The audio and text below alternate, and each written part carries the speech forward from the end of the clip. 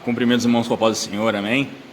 Quem está falando é o Jefinho, eu sou da Igreja Caminho Pentecostal aqui no bairro da Penha.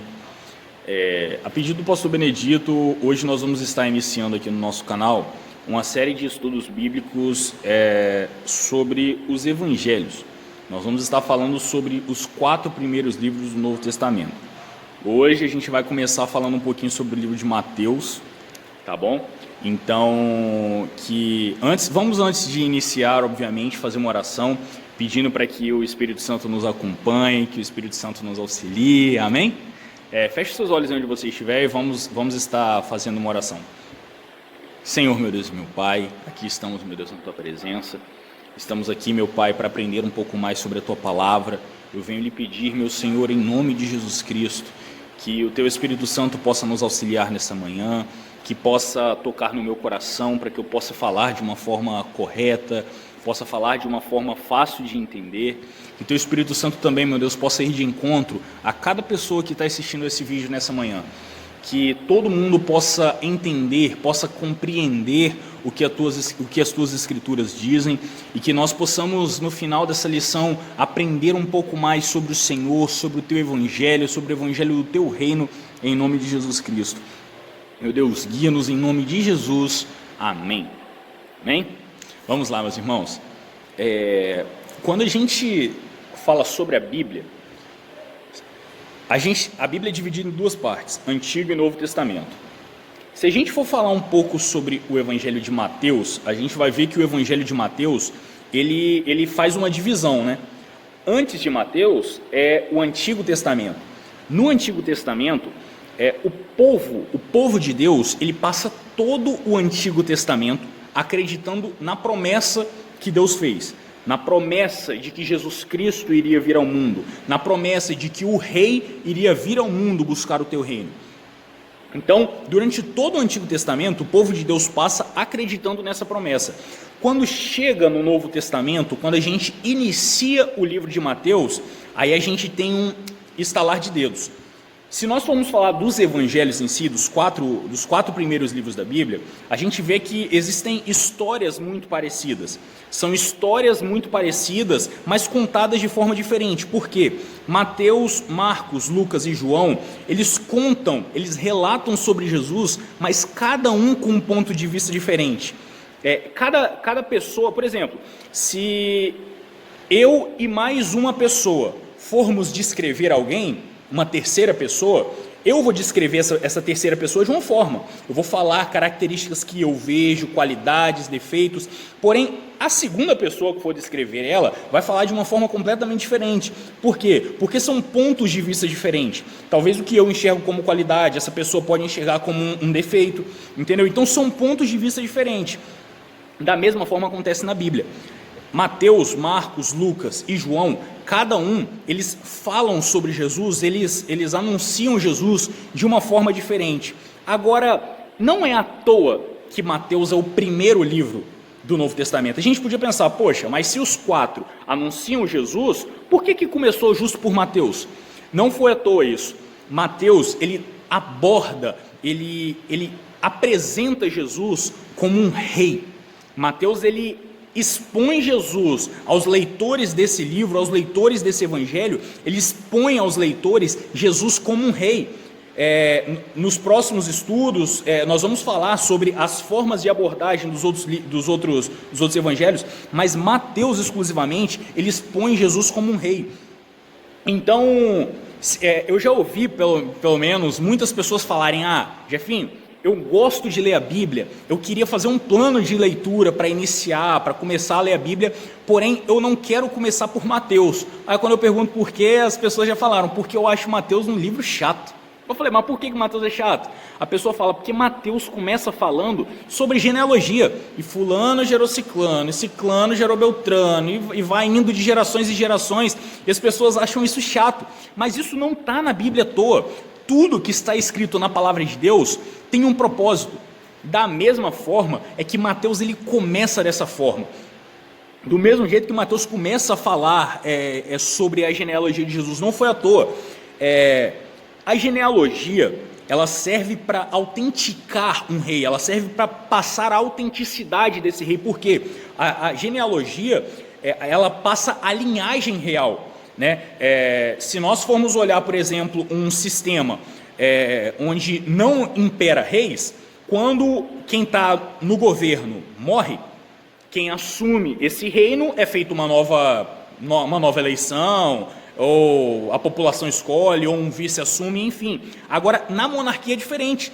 Na monarquia, onde um rei impera, quando esse rei vem a óbito, quem assume é o filho, é o sucessor. Então, existe uma linhagem real. Então, Mateus, ele começa falando, no primeiro capítulo de Mateus já começa falando sobre a genealogia, não é à toa. Se a gente for ler Mateus 1:1, Mateus fala, livro da geração de Jesus Cristo, filho de Davi, filho de Abraão. Ele cita Davi também como um rei, né? Que Davi era rei, então, para citar que Jesus vem da linhagem de Davi, que Jesus é o filho da promessa, feito lá atrás até Abraão. Então ele vai citando as gerações de Abraão até Davi, até chegar em Jesus, para mostrar para as pessoas, num primeiro contato com o Novo Testamento, num primeiro contato com Mateus 1, eles saberem, isso daqui é uma linhagem real.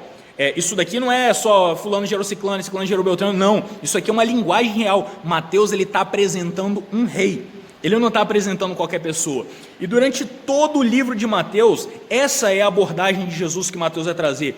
Mateus vai abordar Jesus como um rei. Ele não vai falar de Jesus como um qualquer, ele vai tratar Jesus como um rei.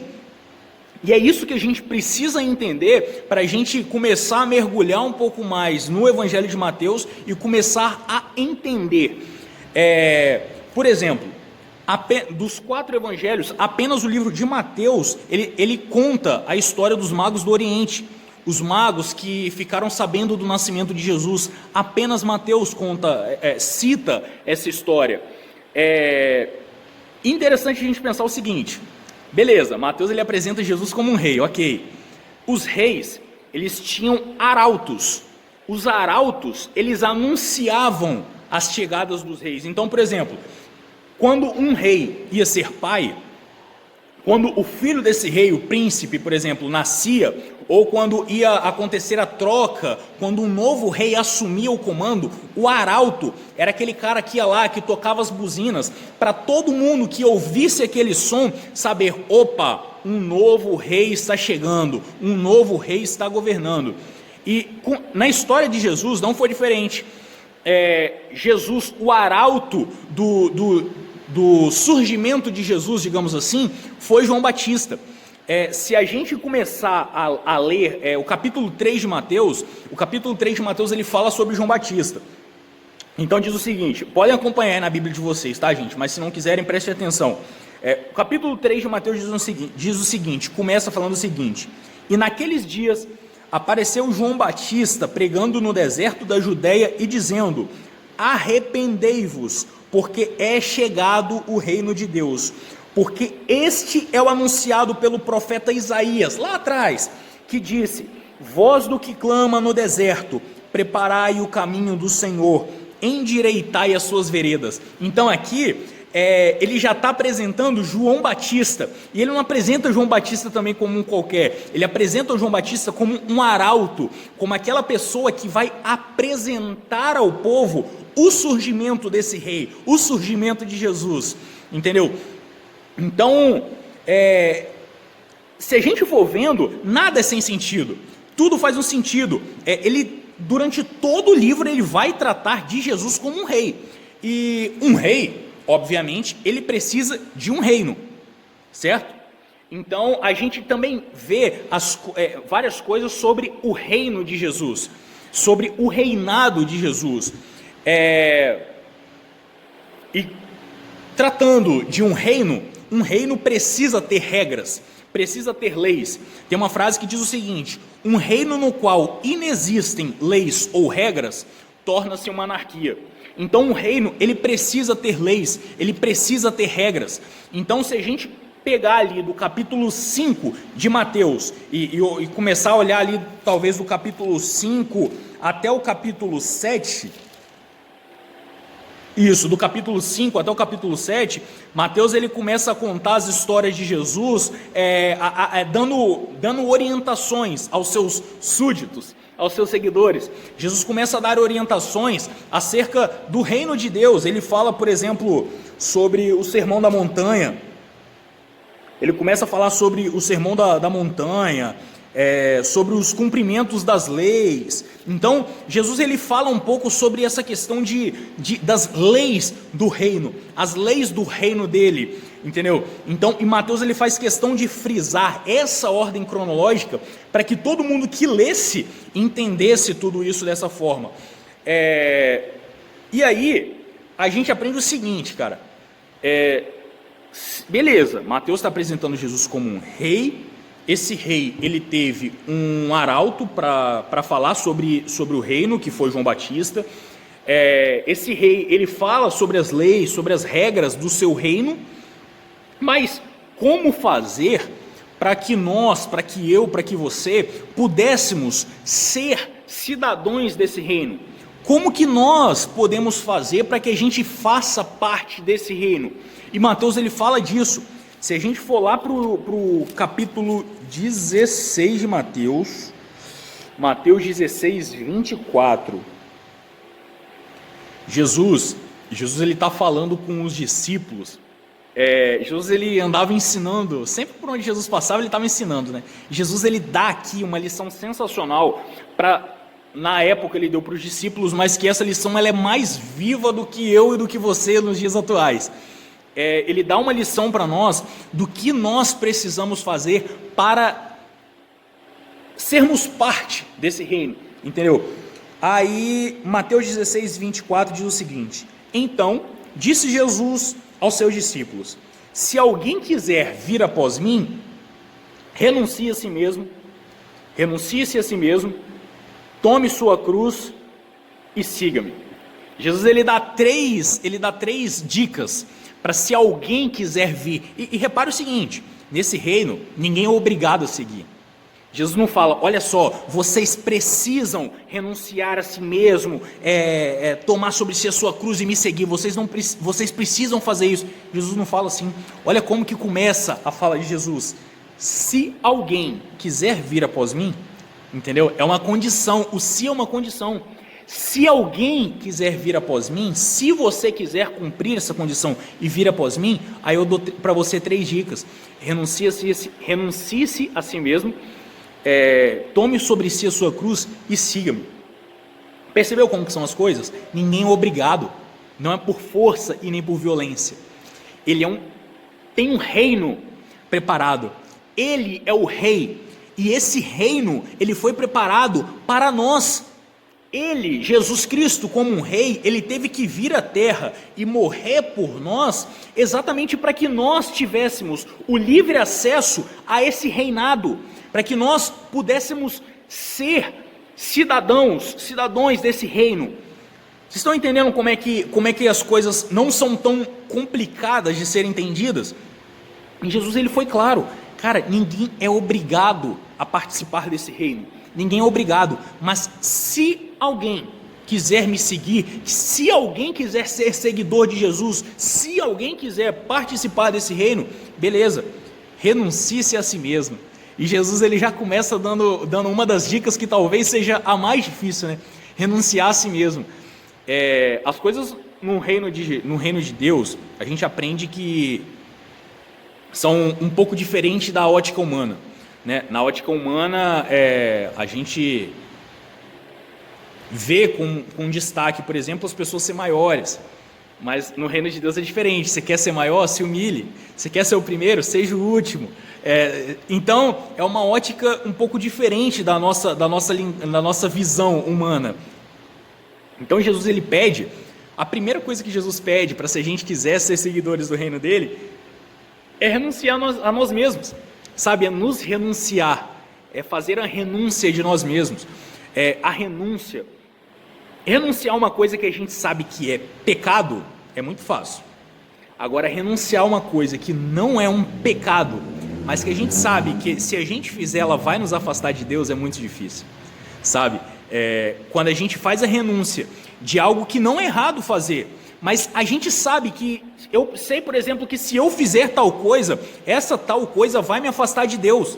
Então, mas não é errado eu fazer isso, mas se eu fizer vai me afastar de Deus. Então, por que eu vou fazer? Entendeu? Aí entra a questão da renúncia. Eu preciso renunciar, eu preciso negar a mim mesmo, negar as minhas próprias vontades, negar o meu eu, porque não é nada por mim, é tudo por Ele.